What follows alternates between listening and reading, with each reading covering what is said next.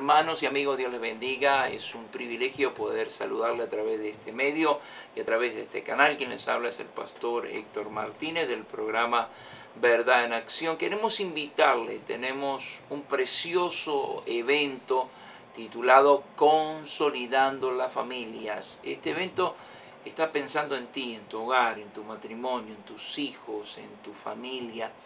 Los días de este evento van a ser del 4 al 7 de septiembre a partir de las 7:30 de la tarde, donde está localizada la iglesia. Usted lo está viendo que está pasando ahí en el screen de su pantalla.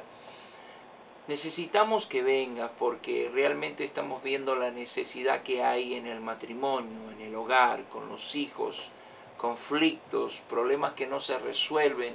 Muchos están yendo a la iglesia y todavía no saben cómo resolver sus problemas. Este evento está diseñado para la familia, para ti como esposo, para ti como esposa, para que vengas con tus hijos, bien sean niños o adolescentes.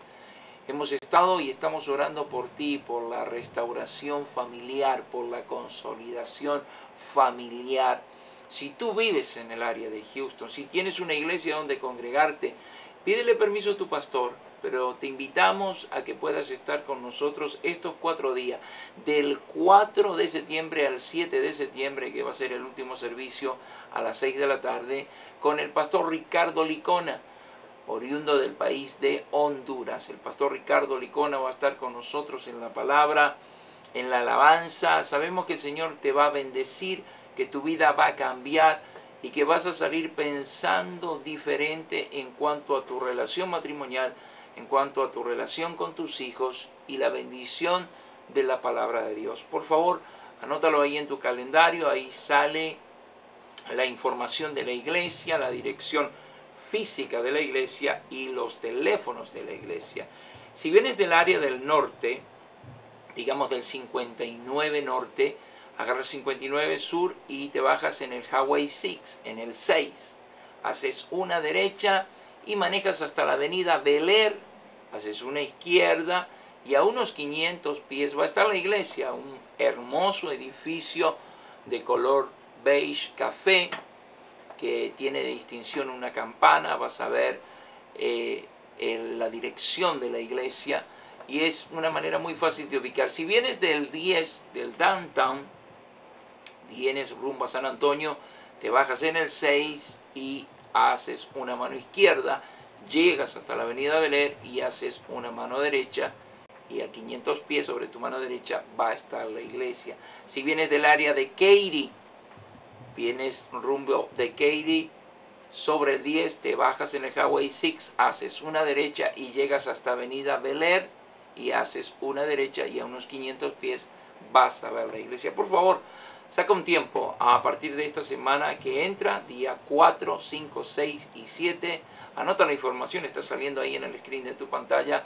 Quien te saluda y te bendice es el pastor Héctor Martínez. Estamos bendecidos de parte de Dios de que puedas venir. También hemos estado sacando y estamos sacando un anuncio por radio. Así que por favor no te lo pierdas. 4 días de consolidación familiar, consolidación familiar. Jesucristo no solamente viene por ti, sino viene por tu familia. Bendiciones, que el Señor Jesucristo te bendiga, que tengas una excelente semana y estamos orando por ti para que nos visites estos días en la iglesia. Bendiciones.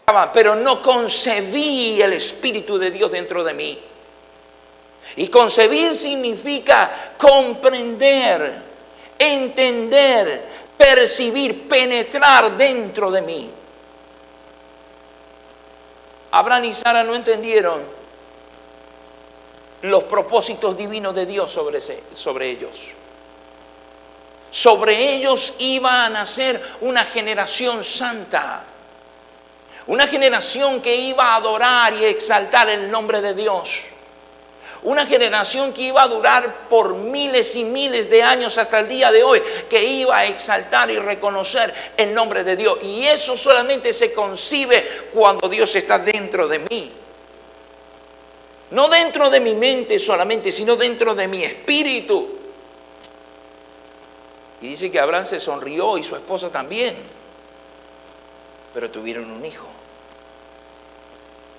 Desde Abraham hasta los patriarcas, Llama la atención como el cronista se deshace primero de los descendientes de Ismael.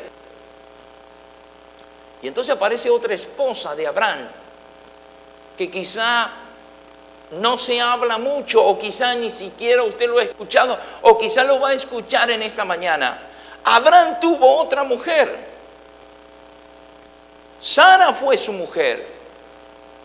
Agar fue una de sus concubinas, pero después en Génesis capítulo 25 aparece otra mujer en la vida de Abraham que tuvo 6 hijos.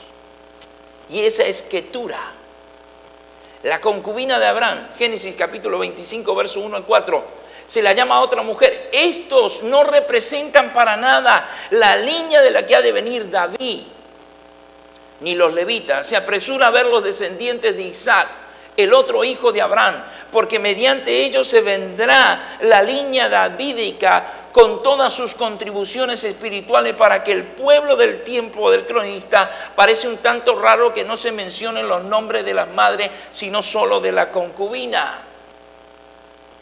Así que Abraham tuvo otra mujer que se llamó Cetura.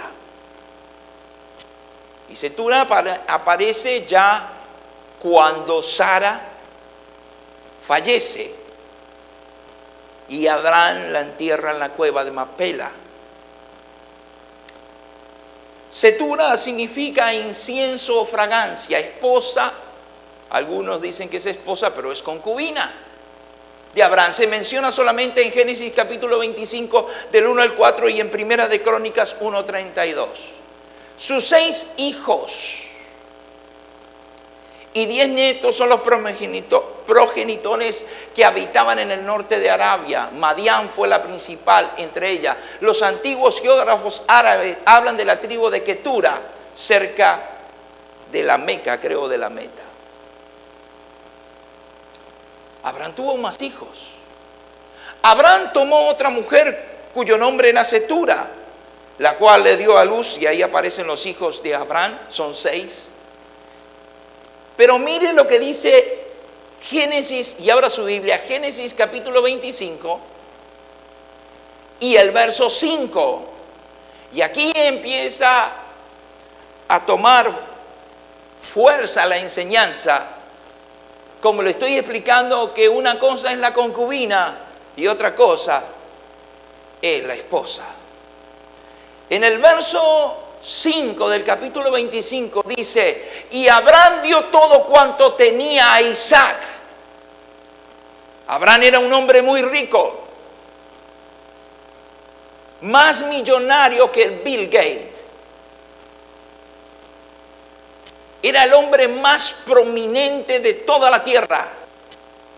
Tenía centenas de camellos, de ovejas y de siervos. Tenía un ejército de siervos. Él fue el que fue a rescatar a su sobrino Lot con su gente. Abraham era el hombre más prominente de toda la tierra. Y dice que todo se lo dejó a Isaac. Isaac es el único hijo que tuvo Sara. Y de ahí iba a venir el linaje de Jesús, nuestro Salvador. Ahora escuche. Pero a los hijos de sus concubinas dio Abraham dones y los envió lejos de Isaac su hijo, mientras él vivía hacia el oriente, a la tierra oriental. Y ahí va el punto. Hay muchas iglesias y hay muchos pastores donde Dios solamente regala dones. Dones. Pero no quiere decir que es la iglesia. No quiere decir que ahí está la verdad. No quiere decir que ahí se practica la verdad. No quiere decir que son los hijos del verdadero Padre. Aleluya. Les dio dones porque ellos eran sus hijos, y Dios da dones sobre la tierra porque muchos no son hijos, son creación de Dios, y como creación Dios le da dones. Pero esos dones se terminan cuando se termina tu existencia en esta tierra. el hijo de Abraham, que es Isaac, y de ahí viene toda la descendencia israelita. Siempre, desde que Dios le hizo la promesa a Abraham, han estado, estarán y seguirán siendo bendecidos, porque no ha sido una promesa de hombre, sino una promesa de Dios. Amén. Ahora escuche, Abraham despidió a sus hijos, los que tuvo con Cetura, y les dio dones, pero a Isaac lo constituyó heredero de todo. Ahora bien, mire, ahí está la descendencia. Taré era el padre de Abraham. Aparece Abraham, a su derecha aparece Agar, izquierda Sara y Cetura. Si usted mira de este lado, Cetura tuvo 6 hijos. Con Agar estuvo Ismael y de este lado están toda la descendencia de Ismael. Pero resulta que ni la descendencia de Ismael ni la descendencia de Cetura son prominentes en la Biblia. Desaparecen, se esfuman. Su padre lo despidió con dones. Llegaron a ser hombres que se propagaron sobre la tierra y poblaron la tierra. Pero la bendición de Dios no estaba ahí. Estaba la bendición del hombre y el esfuerzo del hombre, pero no la bendición de Dios. La bendición de Dios estaba sobre Isaac, que era el hijo de la promesa.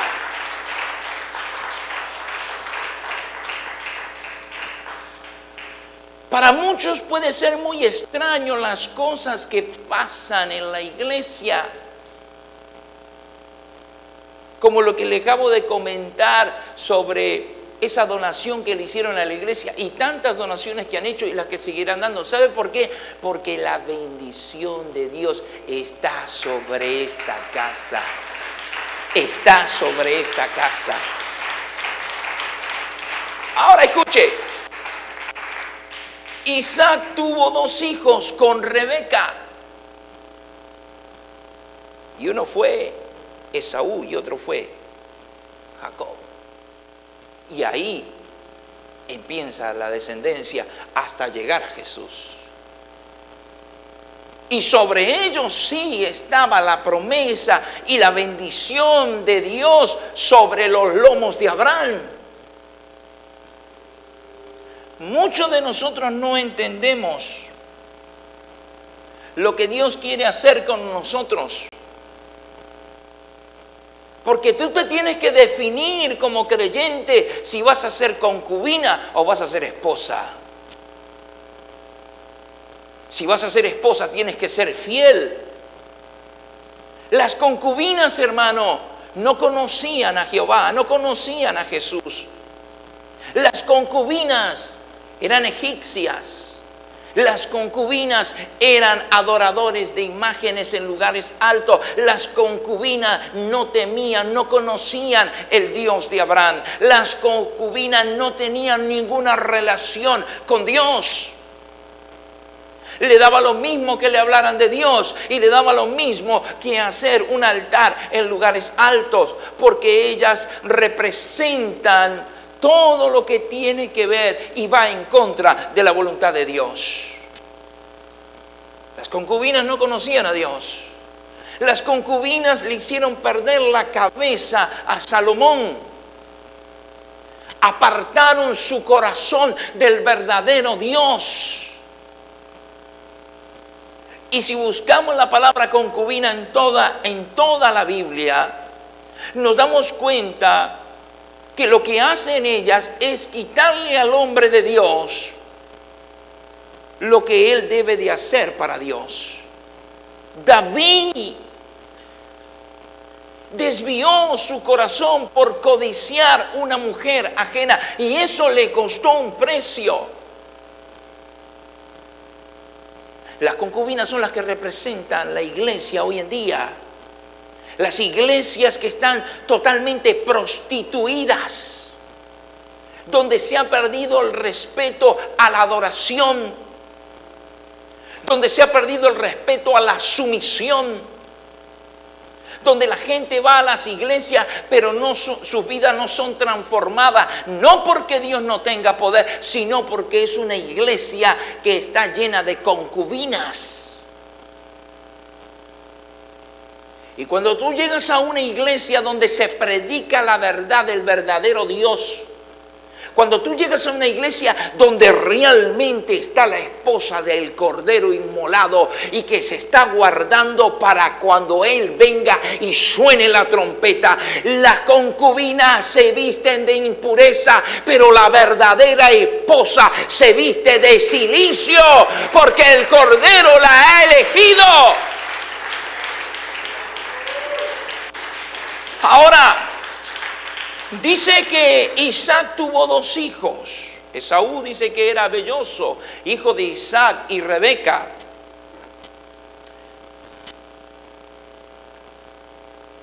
Gemelo de Jacob. Esaú había sido el primero en nacer. Es descrito como pelirrojo y era todo velludo como una pelliza. Génesis 25. De ahí su nombre. Lo primero que leemos acerca de él es su venta de su derecho de primogenitura a su astuto hermano Jacob por un plato de potaje de lentejas. Debido a esto se le califica en el Nuevo Testamento de profano, porque no le dio valor a lo que era un don de Dios. Y después procuró adelante la bendición, pero ya no hubo oportunidad para el arrepentimiento. Y eso está en Génesis capítulo 25 del verso 29 al 34 y en Hebreos capítulo 12 verso 16 al 17. Mire, ahí hay otra enseñanza. Según la ley y según los patriarcas, el que nacía primero era el primogénito. Ese tenía derecho a la herencia. En el sacerdocio levítico, cuando los israelitas nacía la primera cabra recién parida, la primera cabra iba para el tabernáculo. Eso tiene que ver con el primogénito. Lo primero, para Dios. Primer hijo, para Dios. Esaú era el primer hijo de Isaac, pero dice que se peleaban en el vientre porque Dios le reveló que de ahí iban a ser 2 naciones. Y Jacob significa tramposo, y después su nombre se convertiría en Israel cuando él pelea con el ángel. Pero escuche bien, dice que Esaú desprestigió, no valoró la primogenitura, y como Jacob sabía que ahí estaba la bendición, se la vendió por un plato de lentejas. Muchos creyentes que tienen la verdad de Dios cambian su primogenitura, no por un plato de lenteja, sino por el Dios que no conocen su nombre, que está detrás del dólar y se llama Mamón. Y es un tremendo demonio que tiene que ver con el dinero. Y siguen detrás de ese demonio pensando que todo lo que concibe aquí en la tierra materialmente le podrá dar a usted la salvación el día que se muera, y lo material no lo ayuda en lo espiritual. Esaú cambió la bendición de su padre por un plato de potaje. Y Jacob hizo el trueque, porque él sabía que esta bendición estaba sobre ellos. Pero como él no nació primero, sino que nació primero Esaú y él venía agarrado del calcañal, se la cambió por un plato de potaje. Mucha gente hoy en día cambia la iglesia y la verdad de Dios, la palabra de Dios, por potaje, por cosas circunstanciales que ni edifican ni arreglan nada, que cada vez se hunden más en vez de salir adelante. Entonces, mire, Jacob significa trampa. Por falta de fe, Dios obtuvo la bendición mediante una artimaña, arrancándola con un engaño a su padre, el cual en contra de la elección de Dios quería dársela a Esaú. En esta bendición, Isaac hizo de Jacob el señor de sus hermanos. La bendición a Esaú fue la grosura de la tierra y el rocío del cielo. Viviría por la espada y serviría a su hermano, aunque quebrantaría el yugo de su cuello, según Génesis 27 al 40. Esaú aborreció a su hermano y afirmó la intención de dar muerte a Jacob cuando llegaran los días de luto por su padre. Realmente Jacob consiguió la bendición de su padre engañándolo, pero como quiera la recibió. Ahora escuche una cosa, tanto Esaú como Jacob eran descendientes de Abraham. Isaac era el hijo de la promesa que Dios le había hecho a Abraham. Entonces mire, llegamos a la cronología. Y ahí vemos los nacimientos. No creo que se pueda apreciar mucho desde ahí donde usted está. El nacimiento de Ismael, el nacimiento de Isaac, el nacimiento de los hijos de Cetura. Y llegamos a Jacob. Pero resulta que de Jacob nace José. Y José, según la Biblia, es una tipología de Cristo. Y de ahí viene la descendencia. Entonces miren, José llega a ser un tipo de Cristo al relacionarse con sus hermanos en Génesis capítulo 42, verso 45. Ahora le corresponde a José hacer frente al otro lado de la moneda. José originalmente había desafiado a sus hermanos con esos sueños. No vieron con buenos ojos al soñador y eso resultó en la envidia que produjo la traición y los pasos hacia abajo. Ahora José tendría que hacer frente a ellos cuando menos esperaba. La gran pregunta sería, ¿cómo los recibiría? Sin duda, no esperaba José tal encuentro. Imagínense, José es descendiente de Abraham y José tipifica a Cristo o a Jesucristo. Pero José era un soñador, un hombre que le dijo a sus hermanos que ellos iban a inclinar delante de él. José era el menor de sus hermanos. Y eso procuró envidia, porque José era un hombre que Dios había puesto sobre él la salvación para Israel. Y el problema es, escuche bien y entienda en esta mañana, el problema es que los hijos de las concubinas piensan que tienen más derecho que los hijos de la promesa.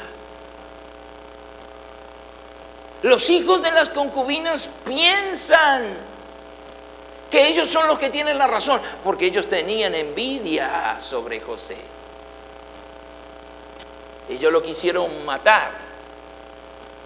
Ellos lo vendieron como esclavo. Pero Dios tenía un plan, porque era la única manera que Dios iba a poder librar a Jacob en su vejez y a la descendencia de Abraham. Entonces, aparte de José y su reacción ante sus hermanos que habían de venir, el relato nos muestra otro cuadro. Dios tratando con los mismos hermanos tan rudos y crudos. Recordamos bien el trasfondo de ellos, llenos de odio, celos, envidia, enojo, asesinato y adulterio. Estos no eran santos, sino al contrario, tendrían que hacer frente a esos pecados del pasado. José, como tipo de Cristo, en su trato con ellos sería el instrumento de su arrepentimiento. Por eso cuando usted viene a la iglesia, usted tiene que arrepentirse. tiene que convertirse, tiene que entender que Dios lo trajo a un lugar para que su vida cambie, si es que usted quiere ver la salvación de su alma. ¿Me explico?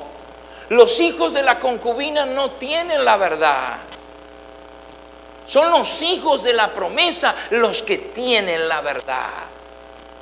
Pareciera que los hijos de la concubina dicen la verdad, pero no tienen la verdad, porque la verdad está sobre los santos. Amén. Amén. Denle una alabanza a Dios porque Él vive. Ahora escuche. Si puede quitar eso allá arriba, por favor. Lo que sale en el screen allá, en el PowerPoint. ¿Qué lecciones nos corresponden? Hablando de José y sus hermanos. 1. A su tiempo divino Dios se mueve. No según nuestro horario, sino el suyo. Se requiere fe de parte nuestra. No podemos apresurarnos, ni mucho menos apresurar a Dios. 3. Hasta el evento más insignificante puede ser el eje que pone en marcha lo divino. 4. Le corresponde a José ser fiel y constante a Dios. Le tocará mover las cosas. 5. Ahora hay otro factor. Dios tenía mucho que hacer en los hermanos y usaría a José como el medio para convencerlos de su mal.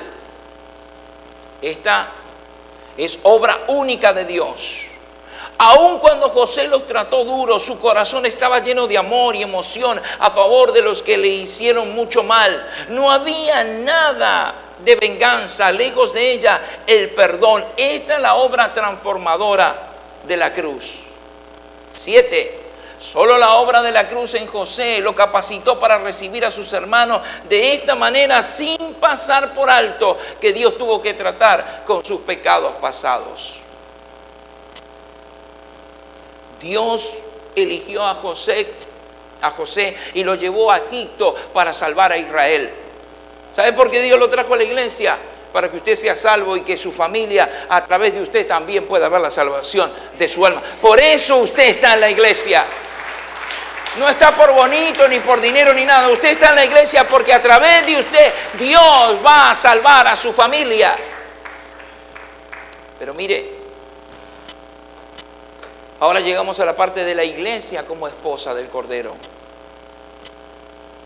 Oseas capítulo 2, verso 19 al 20, y te desposaré conmigo para siempre, te desposaré conmigo en justicia, juicio, benignidad y misericordia, y te desposaré conmigo en fidelidad, y conocerás a Jehová. Esa es la esposa de Dios. Conocerá a Dios en fidelidad.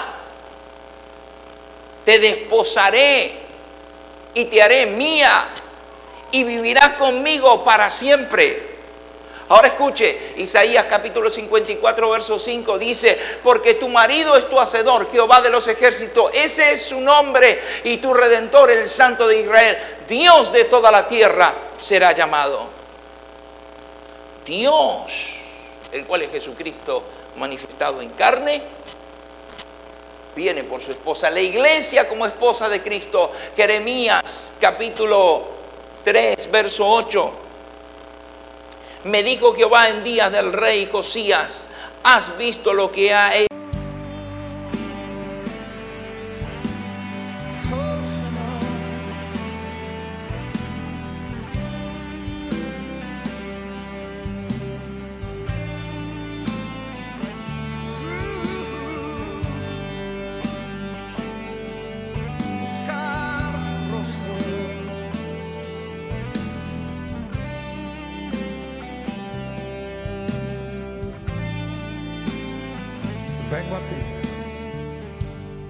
Vengo a ti,